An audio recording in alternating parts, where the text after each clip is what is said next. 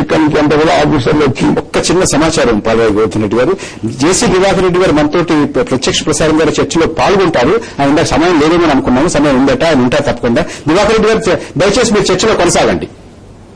దివాకర్ రెడ్డి గారు దయచేసి మీరు చర్చలో కొనసాగండి.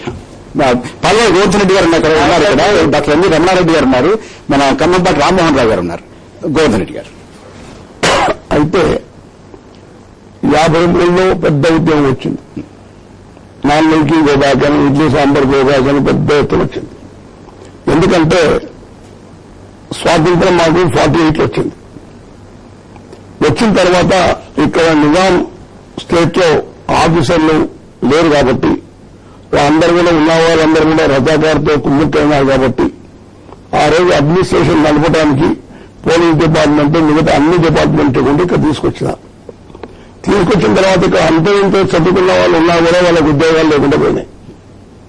దాని తర్వాత 55లో ఫెడరల్ కమిషన్ వచ్చింది. ఫెడరల్ కమిషన్ ముందు చాలా క్లియర్ గా తెలంగాణ ప్రజలంతా కూడా మొరబెట్టుకున్నారు. ఏమంటే మేము ప్రత్యేక రాష్ట్రంగానే ఉంటాం తప్ప మేము ఆంధ్రాలో కలవడానికి మాకు ఇష్టం లేదు. గోవర్ధన్ రెడ్డి గారు అంటే చారిత్రక నేపథ్యం చాలా ముఖ్యమైనటువంటి. అయితే ఇప్పుడు దివాకర్ రెడ్డి గారు 135 మంది శాసనసభ్యులు, 40 మంది శాసనమండలి సభ్యులు, కేంద్ర మంత్రులు, ఎంపీలు కాదు విశాలాంధ్ర వినకూడదు అన్నటువంటి భావన వ్యక్తం చేస్తున్నారు. దాని గురించి మా శరీరాలు సృష్టించేలాగా, మా శరీరాలు కష్టపెట్టేలాగా మేమందరూ శాంతియుతంగా గాంధీ మార్గంలో మేము ఉద్యమిస్తాము, మేము ఆందోళన చేస్తాము, సత్యాగ్రహం చేస్తా ఉంటాం. ఇది సబబు కాదంటారా? ఒక్కరండి, ఎందుకు హిస్టారికల్ బ్యాక్గ్రౌండ్ తెలిసిన తర్వాత మనం చెప్పాలి. హిస్టారికల్ బ్యాక్గ్రౌండ్ తెలిసేటది అందరికీ పరిచయం, చాలా మందికి తెలియదు. ఇది చాలా మందికి మన కాస్త ఇవాళ మన సమకాలీన విషయాలు మాట్లాడుకుంటాం. 1 minute లో చెప్తాను. ఆ రోజు పెద్ద ఉద్యమం జరిగింది. ఫెడరల్ కమిషన్ రిపోర్ట్ ఇచ్చింది. తెలంగాణ ప్రత్యేక రాష్ట్రంగా ఉండాలి, విదర్భ ప్రత్యేక రాష్ట్రంగా ఉండాలి. తర్వాత జవహర్లాల్ నెహ్రూ గారు ఇంటర్వ్యూ అయ్యి ఒకటేం చెప్పినారంటే, ఎందుకు ఇంత ఆంధ్రులు ఇంత తొందరపడుతున్నారు తెలంగాణను కలుపుకోవడానికి అంటే ఇదేదో దురుద్దేశం ఉన్నది. కాబట్టి ఏంటంటే మంచిది కానివ్వండి, ఈరోజు వాళ్ళు తెలంగాణ ఆంధ్రలో కలిసినా కూడా ఇది మన గోవర్ధన్ రెడ్డి గారు మనం ఇవాళ జరుగుతున్నటువంటి ఇప్పుడు జరుగుతున్న విషయాల గురించి మనం కాబట్టి ఏంటంటే మీరు ఎప్పటికప్పుడు విభజించిన మళ్ళా వేరుపడటానికి అవకాశం ఉంది.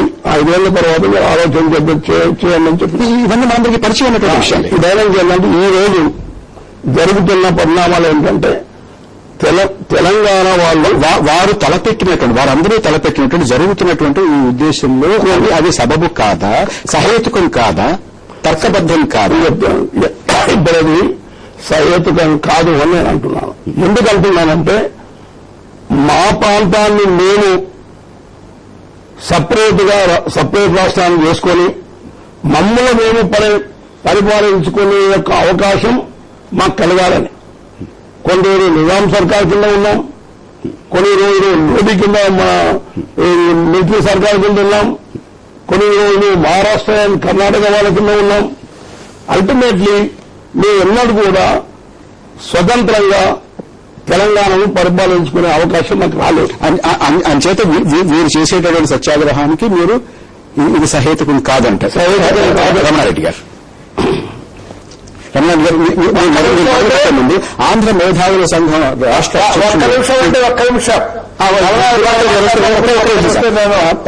ప్రసాద్ గారు కూడా మనతో చర్చలో పాల్గొని, చలసారి శ్రీనివాస్ గారు కూడా మనతో చర్చలో పాల్గొనడానికి ప్రత్యక్ష ప్రసారం గారు అందుబాటులోకి వచ్చారు. శ్రీనివాస్ గారు స్వాగతం. కాసేపు ఉండండి, మనం మిమ్మల్ని కూడా చర్చలో తీసుకొస్తాం. దివాకర్ గారు మీరు చెప్తున్నారు. ఒక్క విషయం అండి, చెన్నారెడ్డి గారు ఎవరండి? చెన్నారెడ్డి గారు ఏ ప్రాంత వాసులు? చెన్నారెడ్డి గారు 2 ఉన్నారు, 2 ఏళ్ళు 4 ఏళ్ళు. వెంకటరావు గారు ఏ ప్రాంత వాసులు? సంవత్సరం లోపలనే తీసేసినారు. ప్రధానమంత్రి ముఖ్యమంత్రి కావాలి కానీ ప్రధానమంత్రి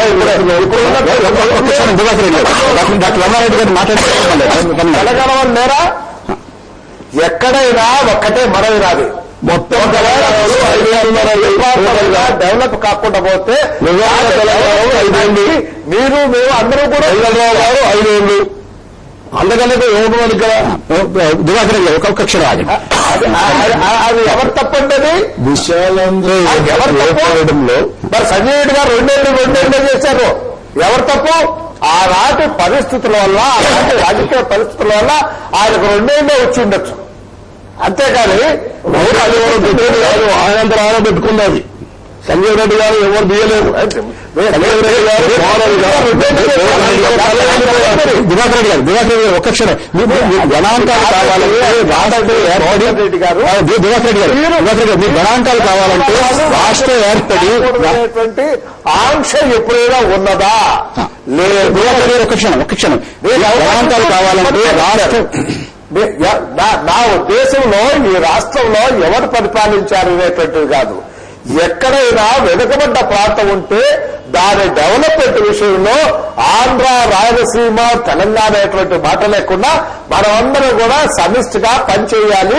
ఆ ప్రాంతాన్ని కూడా మిగతా ప్రాంతాలతో పాటు డెవలప్ చేయడానికి మనం అందరూ ఒక్క క్షణం ఆగండి. దివాకర్ రెడ్డి ఒక్క క్షణం ఆగండి. రమణారెడ్డి గారు ఒక్క క్షణం ఆగండి. దివాకర్ రెడ్డి గారు ప్లీజ్. విశాలాంధ్ర ఏర్పడంలో గోవర్ధన్ రెడ్డి గారు చెప్పినంత అమాయకంగా మాత్రం ఆ రోజు చరిత్ర లేదని నేను అనుకుంటున్నానండి. ఎందుకంటే విశాలాంధ్ర ఏర్పాటు చేయడంలో ఆ రోజు బొడ్గుంట రామకృష్ణరావు గారు పార్ట్ అండ్ పార్సల్ ఆయన ఆమోదంతోనే ఆ రోజు ఏర్పడింది. ఆయన ఒక్కడే తప్ప మిగతా వాళ్ళంతా వ్యతిరేకం. నాకు ఆయన ఎంతమంది ఒక్కడు తప్ప మిగతా వాళ్ళందరూ ఆయన ఆ రోజు తెలంగాణకు ఆయన రిప్రజెంటేటివ్ గా ఉన్నాడు. హీ వాజ్ రిప్రజెంటింగ్ తెలంగాణ కాబట్టి ఫామ్ అయింది. ఈ రోజు తెలంగాణ వాళ్ళు వేరైపోతామంటే దానికి మాకేం బాధలేదు. అయితే ఎందుకు అందరం ఒకటిగా ఉండాలా, తెలుగు మాట్లాడే ప్రజలంతా ఎందుకు ఒకటిగా ఉండాలా అంటే దానికి కారణం ఉంది. ఇప్పుడు దక్షిణ భారతదేశంలో ఇప్పుడు అన్ని ప్రాంతాలు కలిసి ఉన్నప్పుడు మనది అన్నిటికంటే పెద్ద రాష్ట్రం. 42 మంది ఎంపీలతో కేంద్రాన్ని కమాండ్ చేయగలిగిన పరిస్థితిలో ఆంధ్రప్రదేశ్ ఉంది. అటువంటిది ముక్కలైపోతే ఏమైపోతుంది? మొట్టమొదట అన్నిటికంటే పెద్ద రాష్ట్రం ఏమవుతుందంటే తమిళనాడు అవుతుంది. కాబట్టి దీనికి వెనక తమిళనాడు కుట్ర కూడా ఉంది అనేది నా అనుమానం. స్పష్టంగా చెప్పాలంటే దీంట్లో ఏదో చచ్చేందుకు ఏమాత్రం సిద్ధంగా లేని కేసీఆర్ వారంలోనో 10 రోజుల్లోనో చేస్తారని బెంబే ఎత్తి ఈరోజు తెలంగాణను డిక్లేర్ చేశారంటే అది తెలంగాణలో జరిగే ఉద్యమం గాని కేసీఆర్ నిరాహార దీక్ష గాని దీనికి కారణం అనేది మాత్రం కానే కాదు. దీని వెనక లోతైన కుట్రుందంటారా? తప్పనిసరిగా ఉంది. ఇది నిన్న చిదంబరం డిక్లేర్ చేయడం మేమేమనుకున్నామంటే ఏదో హోమ్ మినిస్టర్ కాబట్టి ఆయన డిక్లేర్ చేయాలి అనుకున్నాం. ఈ రోజు Pillai out of the way పోయి ఒకవైపు ఏమిటి, ఆ వైపు అంటే అసెంబ్లీలో తీర్మానం పెట్టమని అడుగుతున్నారు. అసెంబ్లీలో తీర్మానం లేదు, అసెంబ్లీ జరిగేటటువంటి పరిస్థితి లేదు. ఈ పరిస్థితిలో పిల్ల స్టేట్మెంట్ ఇచ్చాడంటే దీంట్లో అరవేళ్ల కుట్ర లేదంటారా? ఖచ్చితంగా కుట్ర ఉంది. పిల్ల అరవాళ్ళు కాదు, కేరళ బోర్డర్ ఉండొచ్చు. తర్వాత ఇంకొకటి ఏమిటంటే మేము ఆంధ్రప్రదేశ్ అంతా ఉండాలని, తెలుగు మాట్లాడే ప్రజలంతా ఒకటిగా ఉండాలని దానికి కారణాలు కూడా కొన్ని ఉన్నాయి. మేమేదో వీళ్ళ తెలంగాణ వాళ్ళ మీద ఇంకొకరో పరిపాలించాలనేది లేదు. పరిపాలించే అవకాశం ఉండే వాళ్ళకి ఆ హ్యాపీనెస్ ఉండొచ్చు. మామూలు స్టూడెంట్స్ కు మామూలు ప్రజలకే ఉండండి, వాళ్ళు ఎవరిని పరిపాలించే వాళ్ళు కాదు. అందరం కలిసి ఉందాము అనేటటువంటి ఒక యాంబిషన్ ఉందే తప్ప అంటే రాజకీయ నాయకుల్ని దాటి విద్యార్థుల్లోకి సామాన్య ప్రజల్లోకి వెళ్ళిందంటారు. విద్యార్థులు సామాన్య ప్రజలు అధికారం చెలాయించేటటువంటి అవకాశాలు లేని వాళ్ళు కూడా విషయాలందరూ కావాలంటున్నారు. ఈ రోజు కావాలంటున్నారు. ఇక్కడ ఒక్క విషయం మిమ్మల్ని ఒక్క మాట మిమ్మల్ని అడగాలి. విశాలాంధ్ర కావాలి అనేటటువంటి వాళ్ళు కేవలం కోస్తా జిల్లాల్లోనే, రాయలసీమ జిల్లాల్లోనే ఉన్నారా, లేదా తెలంగాణలో కూడా ఎక్కడ గోచరిస్తారండి? ఖచ్చితంగా తెలంగాణలో రాకపోతే, ఎందుకంటే రౌడీజానికి భయపడి తెలంగాణలో రాకపోతే తెలంగాణ కావాలంటున్నారు. తెలంగాణలో లేకపోతే 99 మంది ఒకరు కాదు ఇద్దరు కాదు 9 సీట్లే వచ్చింది. 9 సీట్లే కదండి. కేసీఆర్ కనీసము కేసీఆర్ సంస్థకు పోటీ చేసే దమ్ము లేవు. కేసీఆర్ మీ ఉద్దేశం ఒకటి ఒక క్షణం రామ్మోహన్ రావు గారు, అంటే రెండు ముఖ్యమైనటువంటి బిందువులు. ఒకటి జేసీ దివాకర్ రెడ్డి గారేమో ఇది దేశ ప్రయోజనాలు మాకు తెలుసు, దేశం ఒక శక్తివంతమైనటువంటి దేశంగా ఉండాలంటే ఆంధ్రప్రదేశ్ విడిపోకూడదు అనేటువంటి మాట. ఇలాంటి మొదలైతే రష్యాలో ఏం జరిగింది అనేటువంటి ఉదాహరణ కూడా మన ప్రధానమంత్రి దృష్టిలో పెట్టుకుని జనార్దన్ రెడ్డి గారు మేము స్వతంత్రంగా ఉందా అనుకున్నాం, మేము ఎప్పుడు మీతో కలిసి లేవు, మాకు స్వాతంత్రం రావడం కూడా మీతో కాదు, మాకు ప్రత్యేకంగా వచ్చింది, తర్వాత వచ్చింది, మేము ఖచ్చితంగా వేరు ఫజల్ అలీ కమిషన్ కూడా మమ్మల్ని ప్రత్యేకంగా ఉంచమని చెప్పింది, దీనికి ఒక చారిత్రక నేపథ్యం ఉందని అంటారు. మీరు ఇవాళ అందరూ కలిసి ఉండాలి అనేటటువంటిది మీరు కేవలం వారి మీద పెత్తనం చెలాయించడానికి, ఉద్యోగాలు తీసుకోవడానికి, అక్కడ ఉన్నటువంటి వనరుల్ని, జలవనరుల్ని, ఖనిజ సంపదని తీసుకోవడానికి. ఇంకొక మాట కూడా వస్తుంది, కేవలం పెద్ద పెద్ద వ్యాపారాలు, పెద్ద పెద్ద పెట్టుబడులు హైదరాబాద్ లో పెట్టినటువంటి వాళ్ళు మాత్రమే దీని వెనకాలండి విశాలందరూ కావాలంటే ఇంకెవరికీ అవసరం లేదనేటువంటి మాట కూడా వస్తుంది. ఇప్పుడు ఇదంతా కూడా వీళ్ళు కొంతమంది రాజకీయ నిరుద్యోగులు చేస్తున్న ప్రచారమే తప్ప మీరు వాస్తవానికి వెళ్తే మనం ప్రజాస్వామ్యమా కాదా? మన దేశంలో ప్రజాస్వామ్యంలో majority of the peoples opinion తీసుకోవాల్సిన 99 మంది కావాలంటే నిందాగా మొన్న ఎన్ని సీట్లు వచ్చాయండి? తెలంగాణలో ఉన్న ఒపీనియన్ తీసుకోవాలి కానీ ఆంధ్రప్రదేశ్ తెలంగాణలో కేసీఆర్ లాక్ సోనియా గాంధీ గారు ప్రధానమంత్రి గారు ఆ రోజు ఎన్నికల్లో ప్రామిస్ చేసినారు, కాంగ్రెస్ పార్టీ తెలంగాణకు సానుకూలంగా ఉంది, మేము తప్పకుండా కూడా సమర్పించినప్పుడు జనార్దన్ రెడ్డి గారు ప్రధానమంత్రి గారు పివి నరసింహారావు అంతా అసలు ఏం చేశారు? ప్రధానమంత్రి ఉన్నప్పుడు చాలా ఈజీ, ఎందుకంటే కేంద్రంలో ఒత్తిడి తీసుకొచ్చి ఒక రాష్ట్రం ఏర్పాటు చేయడం చాలా ఈజీగా అయ్యేది కదా. ఆ రోజు ఎందుకు మీరు అనుమతిస్తే గోవర్ధన్ రెడ్డి గారు, దివాకర్ రెడ్డి గారు మీరు అనుమతిస్తే ఒక్క చిన్న విరామం తీసుకున్న విరామం తర్వాత మళ్ళీ మనం చర్చలోకి వద్దాం.